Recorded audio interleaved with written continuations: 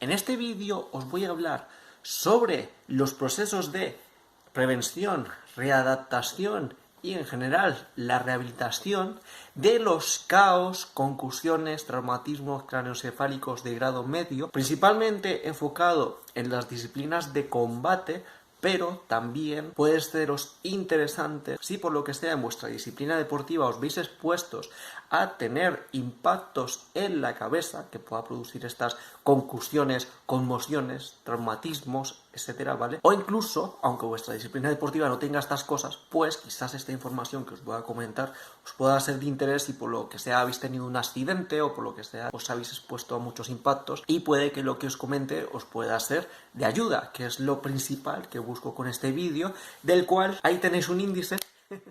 y el cual he de decir que me he repasado como más de 10 veces en modo audio, todo dicho sea de paso, mi TFG, porque esta viene a ser la temática con la cual hice mi tesis, mi trabajo de fin de grado, y no sabía muy bien cómo enfocarlo. Entonces, como me estoy bloqueando y quiero que salga el vídeo porque creo que os puede ser de mucha ayuda, voy a hacerlo más o menos por partes, que son las que podéis ver en el índice, y ya según vaya haciendo la grabación, según cómo vaya saliendo, decido hacerlo todo en un vídeo conjunto o decido hacerlo en varias partes. Aún así, las partes principales de este vídeo va a ser, voy a empezar por los aspectos más clave, o sea, voy a empezar directamente por las conclusiones a las que llegué en el estudio, que de hecho aquí tenéis las fuentes que utilicé en ese momento. Queda pendiente en el futuro, si a lo mejor me animo, de hacer quizás otro vídeo más actualizado con estudios que puedan entrar fuera de la revisión sistemática, que es algo más estricto, aunque no estoy muy motivado de hacerlo, quizás me anime, quizás no. Ahora mismo me interesa más investigar sobre otro tipo de temáticas nuevas y en general, como os comento, para desbloquearlo y porque creo que os puede ser de ayuda, voy a empezar directamente por las conclusiones y aspectos clave. Recordad que ya tenéis un vídeo ultra resumido que hice como hace año y medio comentando aspectos clave. Luego os voy a comentar los hallazgos principales que conseguí con los diferentes estudios en la revisión sistemática y luego ya con el tiempo que sobre, ya sea para este vídeo o en diferentes vídeos, pues ya me centro más en qué son las concusiones, el impacto y la influencia que tienen los deportes y disciplinas de combate, la parte de prevención y readaptación de este tipo de lesiones y mis propuestas para intentar mejorar el rendimiento deportivo aunque se tengan este tipo de lesiones. Entonces, según vaya saliendo la grabación, lo hago todo en este vídeo o en más vídeos. Ahí seguramente en el título pondrá parte 1, parte 2 y al final diré si luego lo dejo para después. Como os comento, este es un vídeo que quiero hacer porque os puede ser de mucha ayuda, pero estoy muy bloqueado y tengo que empezarlo de alguna manera porque si no, no lo voy a grabar nunca porque me intimida hacerlo. Entonces, ya empezando por las conclusiones y los aspectos más clave de esta investigación que hice, lo más clave que os puedo decir en síntesis con todas las temáticas, tanto de prevención como redactación y todo este tipo de cosas, y aquí tened en cuenta los mecanismos principales de producción de concusiones que vienen a ser los impactos directos en la cabeza, la transmisión de fuerzas, aunque no sea directamente en la cabeza, pero que esas fuerzas se transmitan a la cabeza. Y la otra parte serían las ondas de choque que se pueden producir, por ejemplo, en las explosiones que puede crear ese efecto de concusión. Aquí también añadiría, quizás en esta segunda parte, en la parte de fuerzas indirectas en la cabeza, los posibles impactos repetitivos que con el cúmulo puedan causar esa concusión, que aunque no sean, por ejemplo, un impacto fuerte de, por ejemplo, que te caes al suelo y aunque no tengas un impacto en la cabeza, esa fuerza de impacto se transmite a la cabeza y produce la concusión, sino que aunque sean muchos impactos, quizás de manera empírica, esto no lo encontré en los estudios, estimo que se puede producir también. Esto, por ejemplo, yo lo he podido experimentar golpeando mucho a superficies duras muy fuerte, que luego acabo con los síntomas de las concusiones, con dolor de cabeza, malestar y cosas así. Pero aquí, yendo a las conclusiones principales con respecto a la rehabilitación y readaptación de este tipo de lesiones, la principal es que después de producirse la concusión, conmoción, como lo queráis llamar, le deis al menos de 24 a 48 horas de descanso post-concusión. Y este descanso tiene que ser tanto físico como cognitivo. Esa parte de cognitiva es de no exponerse, por ejemplo, a trabajo mental o a muchos estímulos y este tipo de cosas. Y a partir de ahí, introducir actividad física de manera moderada progresiva, con el principal factor clave que debe ser que durante dicha actividad que se vaya introduciendo no se exacerben, no se incrementen los síntomas de la concusión, adaptando el entrenamiento también de manera individualizada. Entonces, aquí, como veis, simplemente 24-48 horas de descanso total y a partir de ahí de manera progresiva poco a poco ir introduciendo la actividad deportiva, siendo primero esta actividad una actividad principalmente aeróbica, de movilidad, de coordinación, equilibrio, percepción y también de reacción. ¿Por qué en este orden? Porque los principales estudios mostraron que hubo mejoras, pero principalmente con ejercicio aeróbico de baja intensidad, ya sea por ejemplo en cicloergómetro, sea en bicicleta estática o ya sea por ejemplo caminando. Luego también los ejercicios de movilidad no tienen por qué exacerbar los síntomas y luego los de coordinación, equilibrio, percepción y reacción es porque estas capacidades a raíz de la concusión se ven muy afectadas y para ir recuperándolas principalmente si vuestro deporte, vuestra disciplina deportiva tiene ciertos riesgos que están relacionados con estas cosas porque a raíz de la concusión estos aspectos se pueden ver bastante deteriorados. Incluso aunque no tengas síntomas de concusión de manera tangible, aparente, no hay que confiarse porque estos aspectos de coordinación, equilibrio, percepción y reacción pueden no seguir recuperados del todo y esto significa que si, por ejemplo,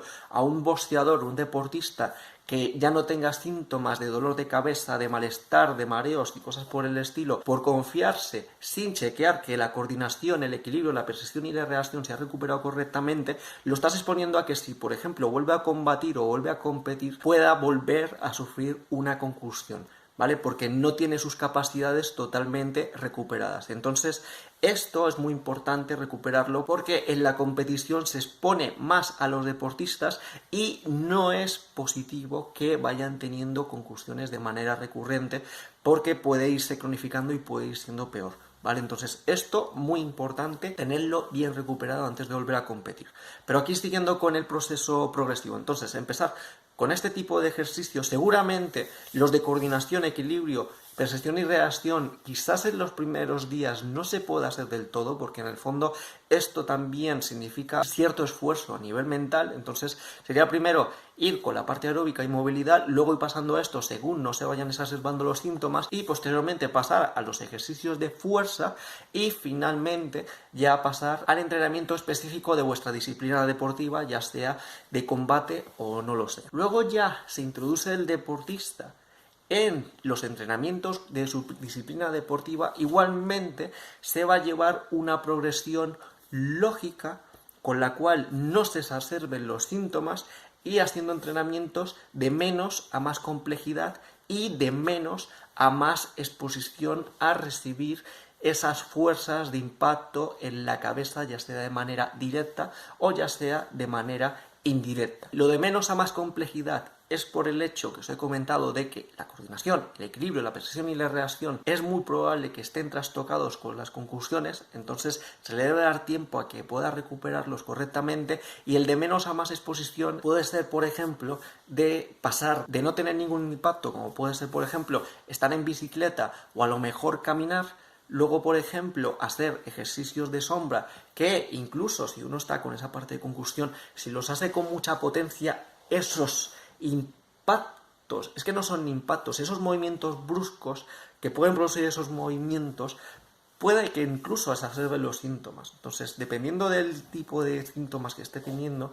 incluso ese paso no daría que hacer. Pero, por ejemplo, después de esos ejercicios de sombra, se podría empezar a golpear al saco suave, luego ir a golpear al saco más fuerte. Luego, por ejemplo, aquí, aumentando la complejidad, podría ser, por ejemplo, un trabajo de manoplas que requiere más concentración y más capacidad de reacción que un saco, entonces ahí estamos metiendo más complejidad. Luego, por ejemplo, estar con compañeros, pero solo atacando uno sin que reciba ataques. Luego, por ejemplo, uno recibir ataques de baja intensidad y ir aumentando intensidad hasta que se llegue a más o menos unos parámetros de seguridad base que ya indiquen que el deportista está totalmente recuperado para volver a la normalidad. Teniendo muy en cuenta esa parte de que no reaparezcan o se exacerben los síntomas de la concusión y teniendo muy en cuenta lo que ya os he comentado de que la capacidad de reacción y la de coordinación se vea totalmente recuperada. Esta capacidad de adaptación de los deportistas, principalmente en los deportes de combate, es vital. ¿Vale? Eso es muy importante. Si estáis viendo que la persona no se está adaptando correctamente, o al menos como lo hacía antes, durante por ejemplo los sparring, aunque sean suaves y cosas así, debéis todavía tener cuidado y no exponerlo a impacto sin necesidad. Y allí tened en cuenta que las recomendaciones antes de volver a exponer a los deportistas a esas fuerzas de impacto vienen a ser principalmente los 10 primeros días ir con mucho cuidado de no exponer al deportista a estas fuerzas de impacto porque puede afectar a la recuperación. Y aquí también mencionar que hay un síndrome o un efecto muy peligroso principalmente en adolescentes que viene a ser ese síndrome del segundo impacto, que hace que si por ejemplo uno ha tenido una concusión y posteriormente vuelve a tener una segunda concusión, esta segunda es de muchísima más gravedad y puede llegar a ser bastante grave, incluso puede llegar a ser mortal, ¿vale? Entonces, tened mucho cuidado de exponeros a concusiones repetidas porque podéis haceros mucho más daño del que podéis estar estimando. Entonces, por eso, estos 10 primeros días tras la concusión, tened mucho cuidado de no exponer, y a partir de ahí incluso hay protocolos dependiendo de la gravedad de la concusión que se haya tenido, dependiendo de la gravedad de los síntomas y dependiendo de la recurrencia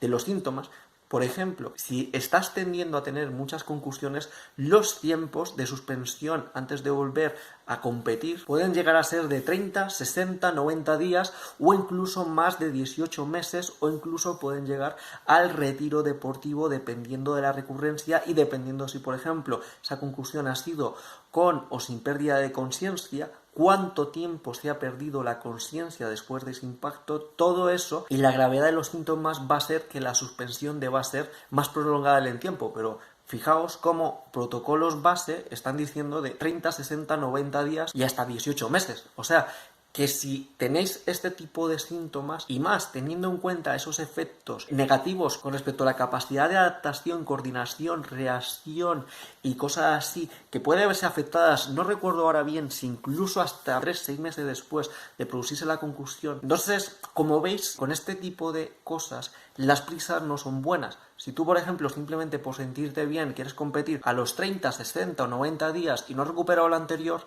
por las prisas de querer competir, igual lo que puedes empezar a hacer es encadenar derrotas o ir empeorando este tipo de dolencias e incluso irlas cronificando, llegando en casos extremos a síntomas como puede ser la demencia pugilística y otros tipos de síntomas que son parecidos, que pueden tener deportistas de combate si no se cuidan, que son, por ejemplo, síntomas que incluso son parecidos al Alzheimer. Y también las personas con concusiones también tienen problemas graves de insomnio, también tienen problemas graves de dolor de cabeza, incluso recordando aquí de algunos estudios, insomnio de que no pueden dormir más de 2 horas al día, y con deportistas que incluso por esa situación acaban, digamos, finalizando con su existencia, ¿vale? Entonces, son cosas que hay que tener cuidado, ¿vale? Son cosas que es bueno tener en cuenta, porque esta capacidad de ser guerrero es una virtud, pero un guerrero también debe saber elegir qué batallas va a luchar. Entonces, si queréis pensar más a largo plazo, a lo mejor no vais a poder hacer, imagínate, 6 peleas al año, pero a lo mejor haciendo 3, en vez de competir solo 3 o 4 años, podéis competir durante 10, 15 años. O sea, tener esa más longevidad y no comprometer vuestra calidad de vida posteriormente, en el largo plazo. Luego, abordando ya los aspectos clave con respecto a la prevención de las concusiones, sobre todo aplicadas en las disciplinas de combate, uno de los factores clave que mencionaban los estudios era la educación tanto de entrenadores como de los propios deportistas, como de los árbitros y en general de las personas que están alrededor de este tipo de entornos combativos o de deportes que tengan impactos, para que de esa manera todos puedan más o menos estar relacionados con los síntomas que pueden tener este tipo de concusiones, que no solo van esa parte de dolor de cabeza, mareos y falta de coordinación y cosas así, sino también de, por ejemplo, uno de los test que se puede hacer, que es el test de King-Devick, si no recuerdo mal, es un test en el cual mide la velocidad con la cual una persona puede leer cierto tipo de letras que van de manera aleatoria e incluso de manera desalineada. Entonces, con esa toma de tiempos de lo que la persona tarda en leer esas cosas, más o menos incluso se puede llevar un control de si después de hacer sparring o después de una competición la persona está afectada o no. Imagínate que yo que sé, que tienes 3 tarjetas que te has diseñado tú con un montón de letritas que te tiene que decir en voz alta para tener el control, y a lo mejor antes del combate te lo dice en 3 segundos y a lo mejor después del combate pues te lo dicen como en 20, en 30 segundos y a lo mejor con un montón de errores. Entonces, ese tipo de cositas es bueno que todo el mundo se familiarice con estas cosas para detectar cuanto antes que la persona tiene estos efectos y pasar directamente a tomar medidas para que esta persona se pueda recuperar. El entrenador, ajustando el entrenamiento de manera progresiva, similar a lo que yo os comenté anteriormente, para ponérselo sencillo, para que se pueda llegar a recuperar. Si esta persona está, por ejemplo, de esa manera que no se está ubicando y que está desubicada, pues a lo mejor no es buena idea del todo, por mucho que se tire del espíritu guerrero, que vaya un sparring, porque lo único que va a hacer es que se puedan exacerbar esos síntomas. O, por ejemplo, si un árbitro durante una competición está más familiarizado con estos tipos de síntomas, pues puede decidir cuándo puede parar un combate o no. O también, por ejemplo, entre los propios compañeros se pueden detectar para que de esta manera, cuando sea necesario, incluso derivar al deportista a un personal médico que pueda hacer un diagnóstico si fuese necesario. Que aquí principalmente las recomendaciones de los estudios es que vayan a un neurólogo, un especialista. Y la propia función de los compañeros o entrenadores, y ya lo comenté los árbitros, es que también si, por ejemplo, tú tienes a tu compañero y lo estás viendo con estos síntomas y estás en un sparring, pues tú también puedes protegerlo parándole sparring. Es en plan, tío, mira que estás mal, o sea, paremos ahora, recupérate y luego ya si eso seguimos en otro momento. O sea, esta educación de los equipos de combate es muy importante realmente por el bien de todos. Luego el otro factor preventivo son con respecto a la reglamentación de las diferentes disciplinas deportivas o de combate, que ahí se engloba, por ejemplo, la restricción de las zonas de golpeo, las protecciones que se van a utilizar como bucales, cascos, tibiales y cosas por el estilo. La primera de restricción de la zona de golpeo, pues obviamente si estás entrenando una disciplina en la cual no existen más golpes en la cabeza, pues obviamente son factores a favor de que no se produzcan este tipo de concusiones. Otro factor podría ser el impacto. Ahí está la diferencia entre la parte de full contact, de por ejemplo los light contact o incluso disciplinas de combate que no tienen contacto. Entonces, esos son aspectos de la reglamentación. También, por ejemplo, el tiempo de exposición de los deportistas, que pueden ser, por ejemplo, controlando la duración de los rounds. Incluso aquí se podría controlar el tiempo de descanso entre los diferentes rounds. También la intensidad con la cual van a estar entrenando o compitiendo, eso también son factores muy importantes para prevenir que se produzcan este tipo de lesiones. E incluso el estilo de combate que se utiliza también está relacionado con mayor o menor exposición a tener concusiones. Por ejemplo, en algunos estudios ponía que estilos de combate en los cuales predominaban las patadas pues tendían a tener más concusiones, y también incluso que los más expertos, o sea, los que tenían más nivel, como que tendían a tener más exposición y también podría exponer a estas personas a tener más concusiones, quizás al tener un estilo más agresivo, más hacia adelante. O sea, todo este tipo de cosas, si se controlan, pueden ayudar a prevenir las concusiones, sumándolo también a la parte de tener un protocolo que restrinja el tiempo antes de volver a competir. Y si sois, por ejemplo, entrenadores, aunque no compitan, podéis tener incluso un protocolo antes de que las personas vuelvan a tener sesiones de sparring. A lo mejor aquí una propuesta interesante podría ser, si por ejemplo hacéis sparring varias veces a la semana, o una vez a la semana, o cada 2 semanas, si alguien ha sido noqueado o ha tenido un impacto muy fuerte, a lo mejor restringirlo durante al menos los 10 días que recomendaban al principio, pero como os comento, puede pasar de 10, 30, 60, 90 días. También esa exposición en los entrenamientos también se tiene que tener en cuenta en la prevención. Yo entiendo perfectamente que, por ejemplo, si uno es un deportista profesional, tenga que hacer muchos sparring, porque de manera funcional, de manera con más transferencia al deporte real, al combate real de, por ejemplo, estar en un octógono, pues obviamente si te expones más a situaciones más similares va a haber mayor transferencia. Pero aquí hay que tener en cuenta que el rendimiento y la salud muchas veces no van acompañados. Entonces hay que encontrar un poco el equilibrio de exponer al deportista a que tenga ese mayor rendimiento óptimo, pero sin exponerlo sin necesidad a que vaya teniendo este tipo de patologías y que se vaya incluso cronificando, llegando al extremo que os he comentado de la demencia pugilística y todo ese tipo de síntomas muy nocivos a largo plazo. Entonces, si a lo mejor antes hacías sparring 2 veces a la semana y no tenías ningún síntoma, y has pasado 4 veces a la semana y te ha empezado a doler la cabeza, has empezado a tener un montón de problemas, pues una opción aquí podría ser hacer 2 días de máxima calidad o probar con un tercer día. O igualmente, si por ejemplo hacías sparring 2 veces a la semana, 3 asaltos y has pasado a hacer 6 asaltos y has empezado a tener dolor de cabeza y los síntomas de la concusión, pues a lo mejor sería probar un punto intermedio entre los 3 y los 6 para ver cómo evoluciona la persona, para no exponerla sin necesidad. Esos son aspectos que hay que tener en cuenta con esa parte de la prevención. Y hasta aquí serían las conclusiones principales de todo lo que os intento comunicar, que es solo la punta del iceberg. Y aquí, ya con esto os he desarrollado muchos más aspectos que os tendría que comentar en los siguientes apartados. Entonces, ahora voy a proceder a comentaros los aspectos clave que pude sacar de cada estudio, que aunque sean dichos así de manera inconexa, como son los puntos más clave, pues para que los tengáis en cuenta y para que os sea de ayuda. Así que tened en cuenta que esta parte va a estar así un poco medio loca, comentando ¿y qué tiene eso relación con lo anterior? Porque los estudios, cada estudio está especializado en su área, muchos son muy de medicina, en muchas partes escapan completamente a mis conocimientos o medios. Por ejemplo, aquí la primera parte de un estudio multidisciplinar que ponía de usar sistemas de valoración funcional computarizados para controlar el proceso de readaptación y vuelta a la competición. Y aquí yo lo que entiendo es de estandarizarlos con programas o con ficheros o cosas por el estilo. Y aquí lo que sí puedo decir es que puede ser interesante si sobre todo tenéis a deportistas que sean competidores y más si son profesionales, que les vayáis haciendo un seguimiento de algunas características de esos aspectos que os he comentado de coordinación, movilidad, adaptación y cosas por el estilo. Podéis, por ejemplo, diseñarles algunos circuitos, algunos ejercicios que requieran de esas capacidades que son muy importantes y que se pueden ver perjudicadas con estas cosas. Hacer, por ejemplo, entre 3 y 5 muestras de tiempo con cada ejercicio para tener los tiempos, y a lo mejor aquí a nivel computarizado, a lo mejor con un Excel, lo que puedes hacer es tener esas marcas y hacer una media. Y, por ejemplo, si crees que el deportista puede tener una concusión, pues le vuelves a hacer estos test con varias muestras, por si por lo que sea uno se le dio mal y lo que sea, y ahí viendo la media y viendo las diferentes marcas, pues a lo mejor te puede dar pistas de si la persona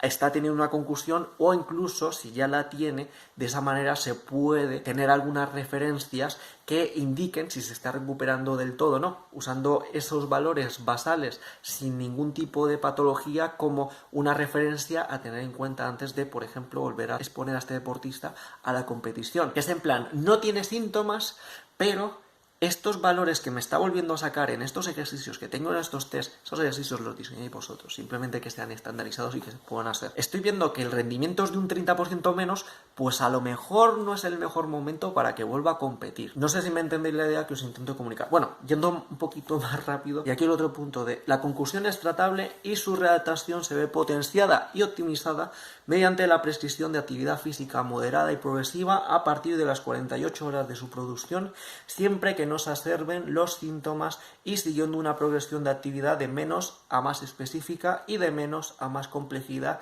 de acciones y de exposición a recibir golpes. Luego otro punto clave, se debe impedir exponer a los luchadores a combates si han manifestado síntomas de concusión o si han perdido por KO,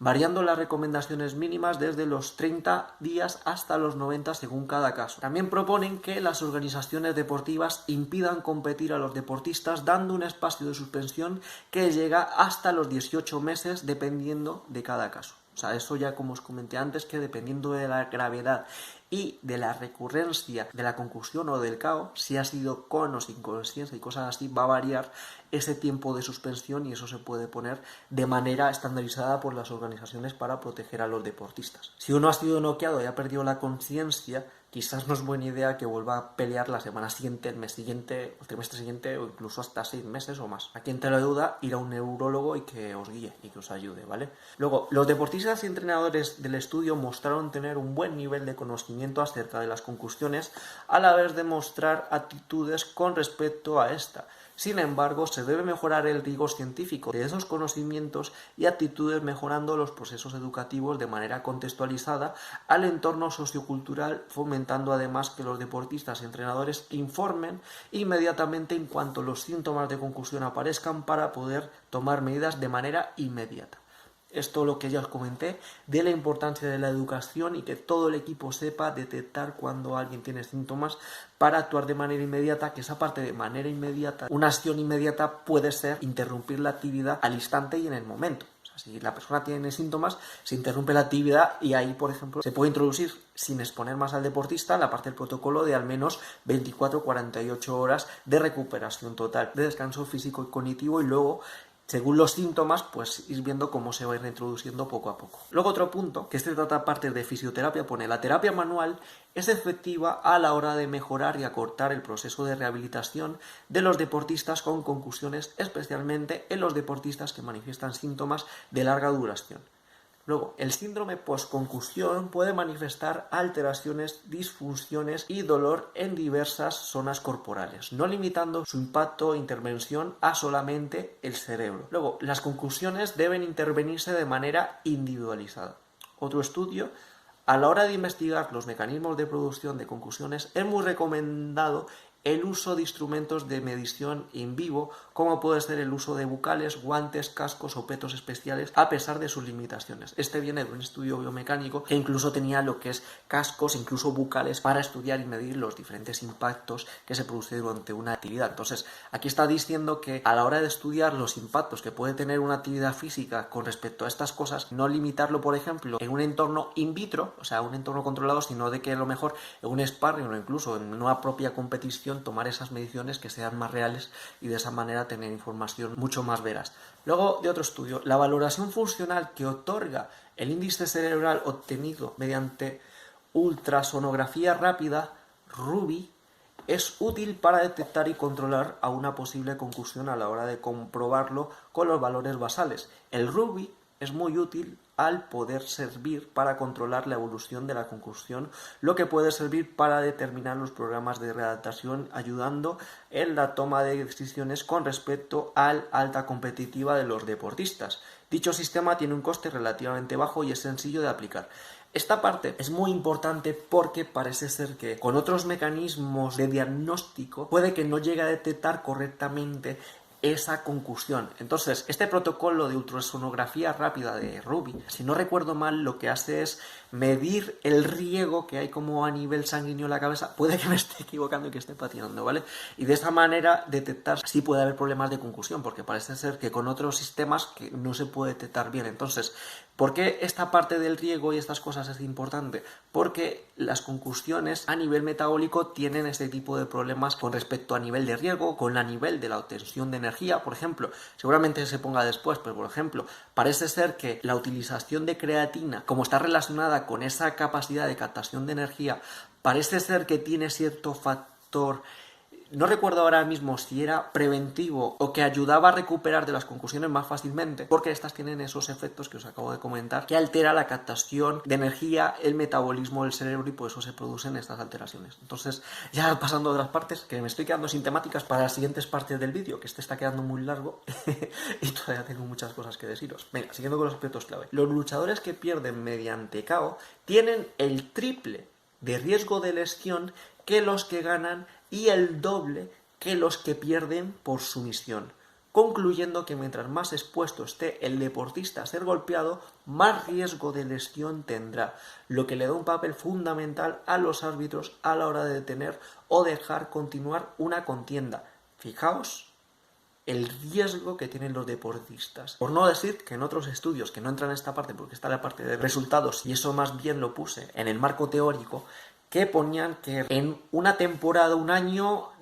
creo que eran como el 15 o el 20% de los deportistas pueden llegar a tener al menos una concusión en ese periodo de tiempo. Entonces, fijaos que es algo muy interesante a tener en cuenta para tenerlo controlado. Luego otro punto, la reglamentación es fundamental para comprender los riesgos y los tipos de lesión en los deportistas, mostrándose mayor número de lesiones en la cabeza en modalidades que permiten golpearla que en otras en las que no está permitido. Y en las que no están permitidos también se pueden producir esas conclusiones porque, como os he comentado, no solo se producen por los impactos directos en la cabeza, sino por simplemente fuerzas que se transmiten a la cabeza, ya sea con ese impacto de choque, como por ejemplo una proyección o un impacto que mueve todo el cuerpo y llega la vibración a la cabeza, o ya sea incluso, aunque esto que los estudios no lo comentan, pero yo lo vi en carne propia, ¿vale? De hecho, en un vídeo que hice desde rutina para golpear en casa, golpeé demasiado fuerte en hacer las demostraciones y hacer tantas repeticiones que luego tuve síntomas de concusión durante los siguientes días, ¿vale?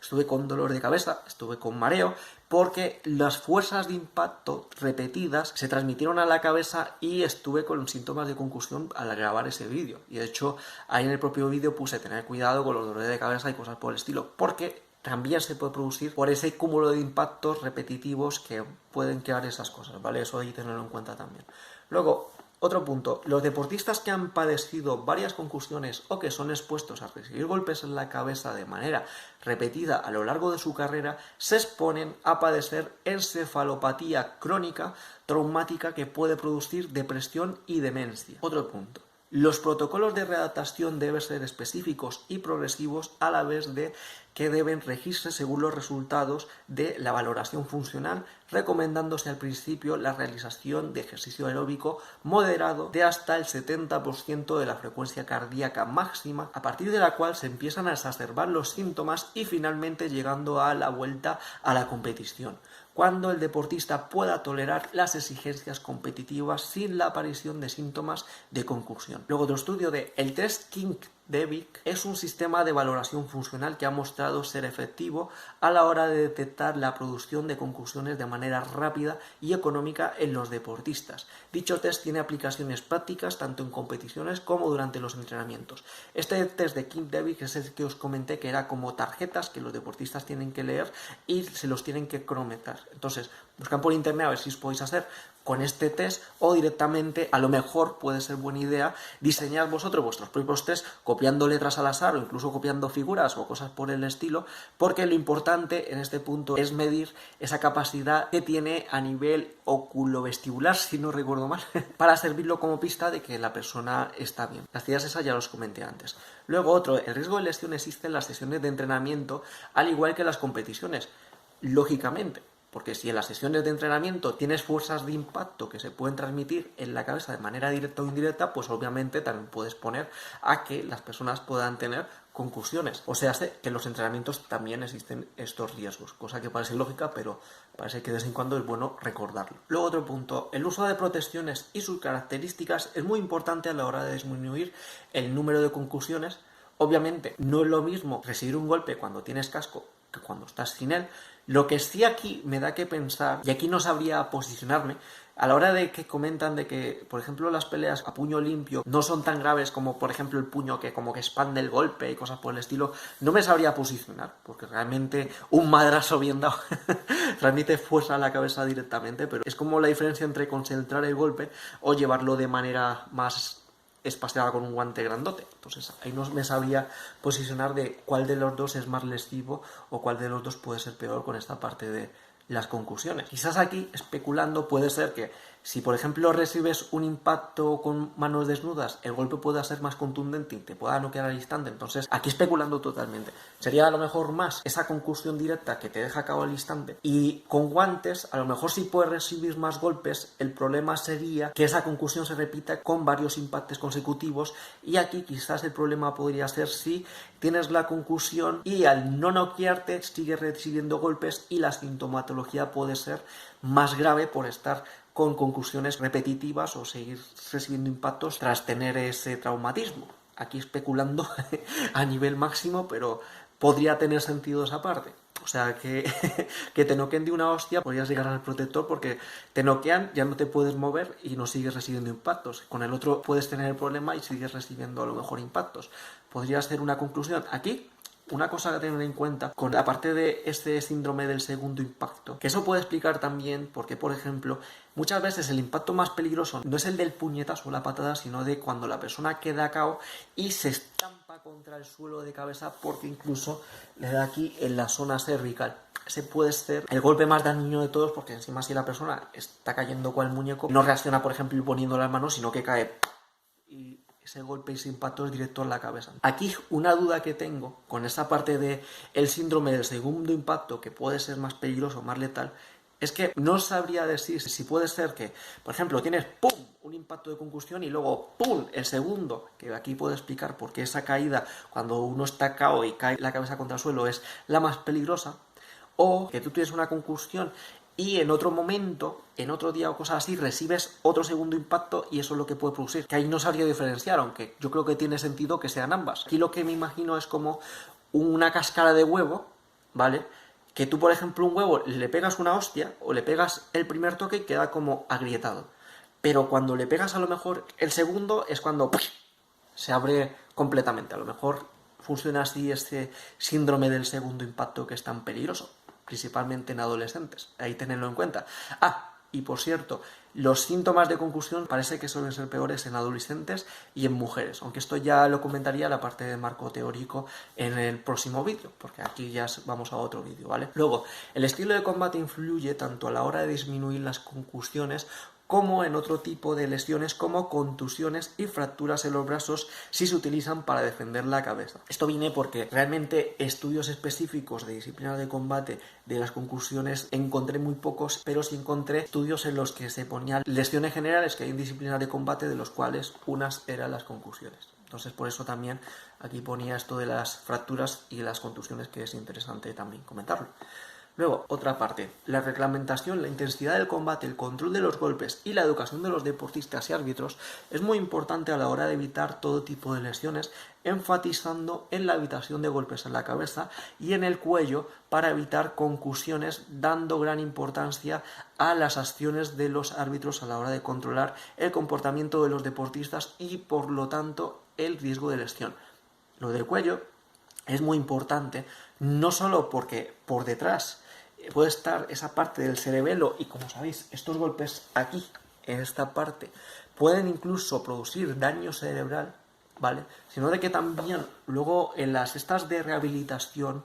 una de las terapias manuales que parece que funciona, y si tenéis síntomas de concusión, sobre todo si son recurrentes, que parece que es interesante, es las que se centran aquí, lo que es en el cuello, ¿vale? A nivel cervical, mejorando toda la movilidad del cuello, toda esa tensión, y parece que para personas que tienen síntomas sobre todo de largo plazo, ya tienen estas cosas cronificadas, les pueden ir mucho mejor. Recordar que los síntomas a largo plazo pueden ser cosas muy graves como mucho insomnio, llegando a los extremos de algunos que se acaban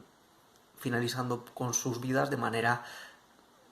relativamente voluntaria. Entonces, si tenéis modo y os duele mucho el cuello y estáis con estas cosas y creéis que es por las cosas de deporte, probad ir al fisio y preguntarle que os trabaje lo que es toda esa zona, porque igual podéis empezar a mejorar. Luego, la experiencia y la confianza son factores que pueden influir en la producción de lesiones, mostrando deportistas que utilizan un estilo más agresivo, incrementando así el riesgo de lesión. Que tú piensas, ¿y por qué se exponen más? Porque al ser más agresivos, a lo mejor impacten más fuerte, impacten más veces, se expongan más, pueden ser algunas causas. Luego, el estilo de combate influye en la incidencia de lesiones. Estilos en los que predominan patadas a la cabeza tienden a producir mayor número de concusiones al ser golpes que transmiten grandes fuerzas y que son más difíciles de controlar, a la vez de poder producir concusiones también durante la caída de los deportistas en el suelo al poder golpearse la espalda y o la cabeza. Luego, otro punto aquí súper clave. A la hora de realizar valoraciones funcionales, recomiendan el uso de la herramienta de evaluación de la concusión en el deporte número 5.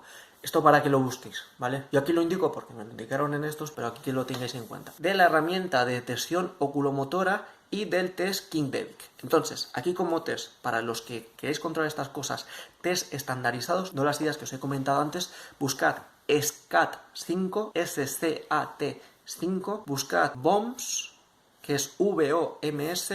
y el test de King-Devick, ¿vale? Esos son test que os pueden ser interesantes porque venían en los estudios, ¿vale? Para que los busquéis. Luego, Los deportistas con concusiones manifiestan cierta intolerancia al ejercicio producidas por alteraciones metabólicas relacionadas con la producción de energía del cerebro. Sin embargo, se recomienda la realización de ejercicio aeróbico moderado para optimizar los procesos de recuperación del sistema nervioso autónomo y del sistema cerebrovascular. Aquí ligando con lo que ya os comenté a la hora de hablar de el RUBI, ese protocolo RUBI que medía lo que es el riego sanguíneo, porque fijaos que está relacionado con esa captación de energía y fijaos que recomiendan ese ejercicio aeróbico moderado, aquí especulando porque favorece ese riego sanguíneo y puede que esté relacionado con el deportista más rápido. Que aquí la diferencia, aunque aquí ya son muchos spoilers para el siguiente vídeo, el siguiente igual no va a caer a este paso, que ponían la diferencia entre un descanso total de los que a partir de las 48 horas se exponen a estas actividades progresivas,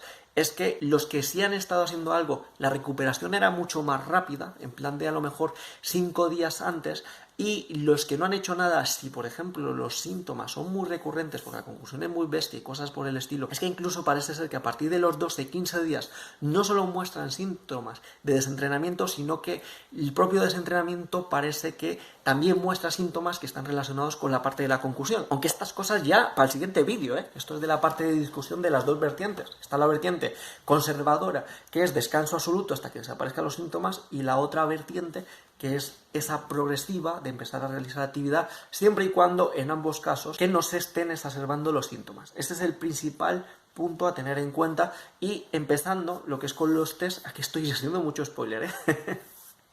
de controlar más o menos el nivel de frecuencia cardíaca con el cual se empiezan a exacerbarse los síntomas y diseñar los entrenamientos por debajo de esa frecuencia cardíaca, que el patrón base con el que solía empezar era el máximo, creo que el 70% de la frecuencia cardíaca máxima. Para empezar, eso hay que lo tengáis en cuenta. Luego, otro punto de la interrupción brusca del programa de entrenamiento, aunque sea por poco tiempo, puede llegar a producir procesos de desentrenamiento que pueden disminuir el rendimiento de los deportistas, además de la aparición de síntomas similares a los producidos por las concusiones. Esto es lo que acabo de comentar. Luego, los atletas con síntomas a nivel cervical pueden mejorar su recuperación con la implantación de ejercicios de movilidad y de fisioterapia, lo que yo os comenté. Y aquí comentar también que aunque no sea por concusiones, como el cuello suele ser una zona de tensión, si tenéis, por ejemplo, mucha tensión en vuestro día a día y se os carga el cuello, pues aquí una idea muy interesante, un consejo que os doy es, primero, atajar ese control del estrés,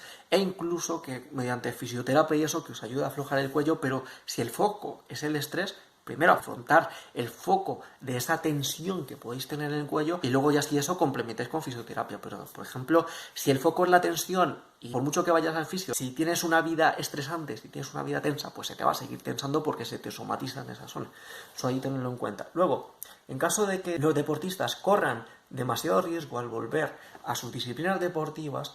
al poder ser expuestos a nuevos impactos, un equipo multidisciplinar debe aconsejar al deportista que decida retirarse y poner fin a su carrera deportiva.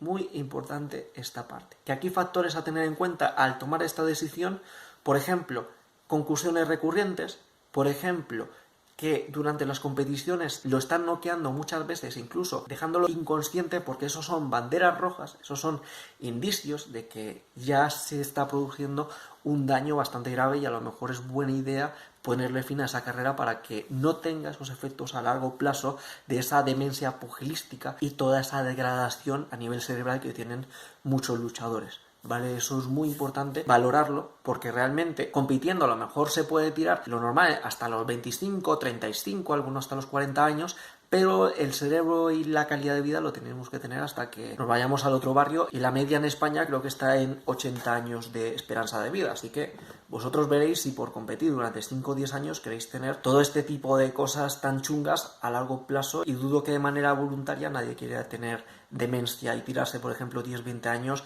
con problemas chocheando, como hacen los abuelos, no sé si me entiendes. Luego, otra parte de el desconocimiento sobre las características de las concusiones y de su gravedad son las principales causas que hacen que los deportistas estudiados no avisen o interrumpan la actividad cuando las padecen, junto con el deseo de no interrumpir la actividad, lo que indica la necesidad de implantar programas educativos para mejorar el conocimiento de las concusiones y que de esta manera los deportistas las reporten y minimicen de esa manera las posibles consecuencias de la producción de estas. Esto ya lo he comentado antes. Luego, la realización de un programa estructurado de 8 sesiones de ejercicio aeróbico moderado a partir del 6.º día después de producirse la conclusión ha mostrado ser seguro y eficaz a la hora de readaptar a atletas adolescentes, reduciendo su tiempo de recuperación. Luego otro punto. Existe una relación directa entre la severidad de los síntomas al principio y el tiempo necesario para readaptar a los deportistas. Mayor gravedad requiere de mayor tiempo de recuperación. Otro punto, es recomendado descanso físico y cognitivo hasta las 48 horas después de producirse la conclusión, a partir de este momento de la realización de actividad física moderada y progresiva que no exacerba los síntomas. Otorga mejores resultados que el descanso, pudiéndose optimizar más aún si se realizan intervenciones de fisioterapia a nivel cervical y en el sistema vestibular, las cuales por separado también han mostrado tener mejores resultados que el reposo. Importantísimo esto para un competidor de alto rendimiento. Contado quizás si se tiene dinero y si se tiene acceso a eso, obviamente no todo el mundo va a tener acceso, pero si eres, yo que sé, un Conor McGregor que vas tirando billetes por ahí, pues sería buena idea tener como un neurólogo en plantilla y un fisio que sepa de estas cosas en plantilla para ir recuperándose principalmente después de las peleas, por ejemplo. Después de las peleas a lo mejor tirarse 10-20 días con terapia o relajando esas cosas puede ser una buena idea. Luego, otro punto, la suplementación con creatina tiene efectos que previenen las concussiones y limitan la gravedad de estas, al ayudar a mantener el equilibrio bioenergético mitocondrial del sistema nervioso. Que aunque yo sea antisuplementación, si aquí nos está diciendo que estas cosas pueden ser interesantes, pues tenerlas en cuenta. Y aquí una pregunta que lanzo al aire es que podría ser interesante, por ejemplo, suplementarse con creatina a la hora de preparar un combate y a lo mejor un par de semanas después, en plan de tirarse un mes antes de competir con creatina y luego tirarse a lo mejor un par de semanas después de competir con creatina, para que de esa manera tener estos factores, por un lado de prevención y por otro lado que limiten la gravedad de estos efectos adversos. Es una pregunta que lanzo al aire, pero como ves puede ser interesante y puede tener sentido. Luego, las conclusiones tienen efectos negativos en el rendimiento a la hora de realizar desplazamientos laterales, en la longitud del primer paso en la marcha y en su velocidad. El conocimiento de estos efectos pueden ayudar a detectar deficiencias en los patrones motores producidos por las conclusiones mediante el análisis de la marcha de los deportistas. Aquí está parte interesante para los que hagáis estudios biomecánicos, aquí con esos parámetros basales para tener en cuenta. No solo de analizar cómo está progresando el deportista, sino a la hora de decidir cuándo es buena idea que pueda volver a competir. Luego, a causa de las conclusiones, en un 60% de los casos suelen existir alteraciones a nivel oculomotor y vestibular, las cuales están asociadas con una peor y más prolongada recuperación. A manifestarse este tipo de alteraciones, tanto la fisioterapia, que actúa centrada en los síntomas manifestados, como la realización de actividad física moderada, han mostrado ser procedimientos adecuados para mejorar el proceso de recuperación de este tipo de conclusiones. Aspectos clave: actividad física moderada sin sintomatología progresiva y fisioterapia. Ahí lo tenéis. O sea, solo con eso ya os puede ser de mucha ayuda todo esto que os estoy comentando. Luego, otro punto. En los casos de conclusiones con síntomas persistentes en el tiempo, la realización de actividad física moderada subsintomática favorece la readaptación de adolescentes y de adultos. Otro punto. Personas que padecían alteraciones mentales antes de la concusión mostraron tener una sintomatología más severa seguida de un proceso de recuperación más prolongado. Esto recuerdo que eran, por ejemplo, personas que ya tenían dolores de cabeza, personas que tenían migrañas y cosas así, pues están más expuestos a esto que acabo de comentar. Luego, la realización de un reposo inicial de más de 5 días después de la concusión mostró una sintomatología más adversa junto a la prolongación del proceso de recuperación. Por eso, lo que comentan de que a partir de las 48 horas empezar a realizar actividad aeróbica moderada, que como os comento fue caminar y lo que es pedalear en ciclorrómetro, lo que decían. Pero si buscáis cosas similares que no tengan impactos y que no se exacerben los síntomas, especulo que podría servir igualmente. Luego, la sintomatología de las conclusiones y su tiempo de recuperación muestran tener peores resultados cuando se realiza muy poca o demasiada actividad física y o mental. O sea, tanto en defecto como en exceso a nivel físico-mental, no es lo más óptimo. Aquí en defecto, por ejemplo, podría ser la no realización de ningún tipo de actividad física. Y la excesiva podría ser, por ejemplo, los primeros días, que lo que comentaban, de no pasar del 70% de la frecuencia cardíaca máxima. Si bien aquí estoy viendo que en este estudio indican que pone la introducción de ejercicio aeróbico moderado de hasta un 60% de la frecuencia cardíaca máxima, junto con la realización de ejercicios específicos dependiendo de los síntomas, como pueden ser los que trabajan la visión, la coordinación o el equilibrio, han demostrado ser efectivos a la hora de optimizar los procesos de recuperación. Esta parte de la frecuencia cardíaca máxima, luego había otro estudio que fue con jugadores de rugby que son más bestias, ¿vale? Que fueron más al límite con entrenamiento más intenso y, si no recuerdo mal, controlando que no exacerbasen los síntomas, aún así siguieron progresando. Entonces, estos son como algunas pautas como para tener más objetivamente, pero en general, como síntesis de los diferentes estudios, la pauta principal es que hagáis lo que hagáis, que no se os exacerben los síntomas de la concusión. Ese es el principal factor clave. Luego otro punto de un estricto y prolongado descanso a nivel cognitivo puede ser perjudicial y producir estados emocionales negativos. Y aquí esta parte contrasta porque ponen, si tienes que descansar a nivel físico y mental, pues el aislamiento total también puede producir estos efectos. Y también, aquí ya juntando con otros estudios que ponían de cosas por el estilo, también, por ejemplo, si los deportistas están en un equipo y por estar con la parte de recuperación se notan aislados del grupo y cosas así, pueden tender a tener estos estados emocionales adversos. Así que ahí los entrenadores también tenéis que saber jugar ahí como coaches a la hora de gestionar esos estados mentales de los deportistas para que no tengan estos. Luego otro punto, la valoración funcional mediante el Buffalo Concussion Treadmill Test, buscarlo en Google a ver si encontráis el protocolo BCTT, para que lo tengáis en cuenta. Se aprecia fundamental para poder controlar las cargas de entrenamiento durante la readaptación, recomendándose un entrenamiento en cinta de correr realizado de 5 a 6 días a la semana con una duración que empieza en los 20 minutos y a una intensidad que oscila entre el 80 y el 90% de la frecuencia cardíaca máxima alcanzada en el BCTT, el cual además debe realizarse de manera periódica para poder ajustar las cargas de manera adecuada y así poder garantizar una correcta progresión. Y hasta aquí los puntos clave. Me ha quedado el vídeo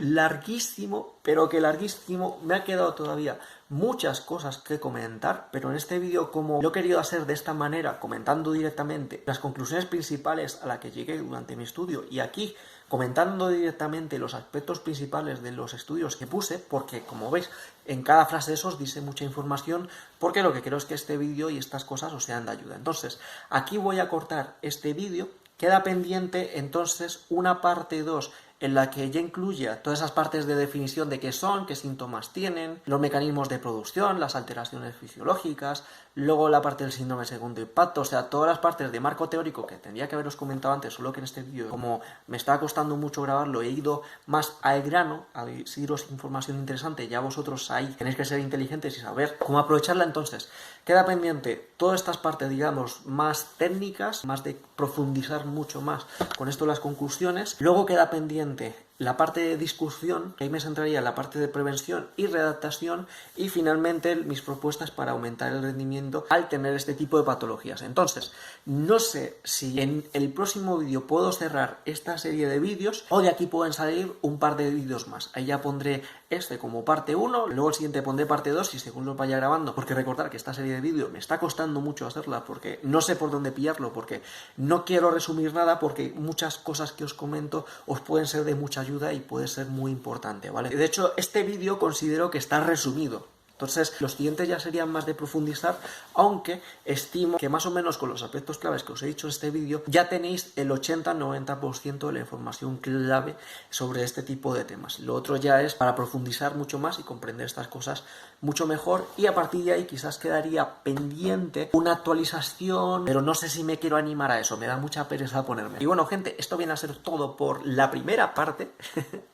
Si os interesa el tema, pues ahí con el tiempo iré sacando las siguientes. No sé cuándo me voy a animar a hacer la segunda, igual me animo a hacerla mañana, igual me animo a hacerlo dentro de X meses, pero con el tiempo saldrá. Y si no sale, pues no pasa nada, porque en este vídeo he dicho muchísima información y aunque sea de una manera un tanto rara, pues al menos estoy contento porque os he podido comunicar todo, que es el objetivo principal de este vídeo.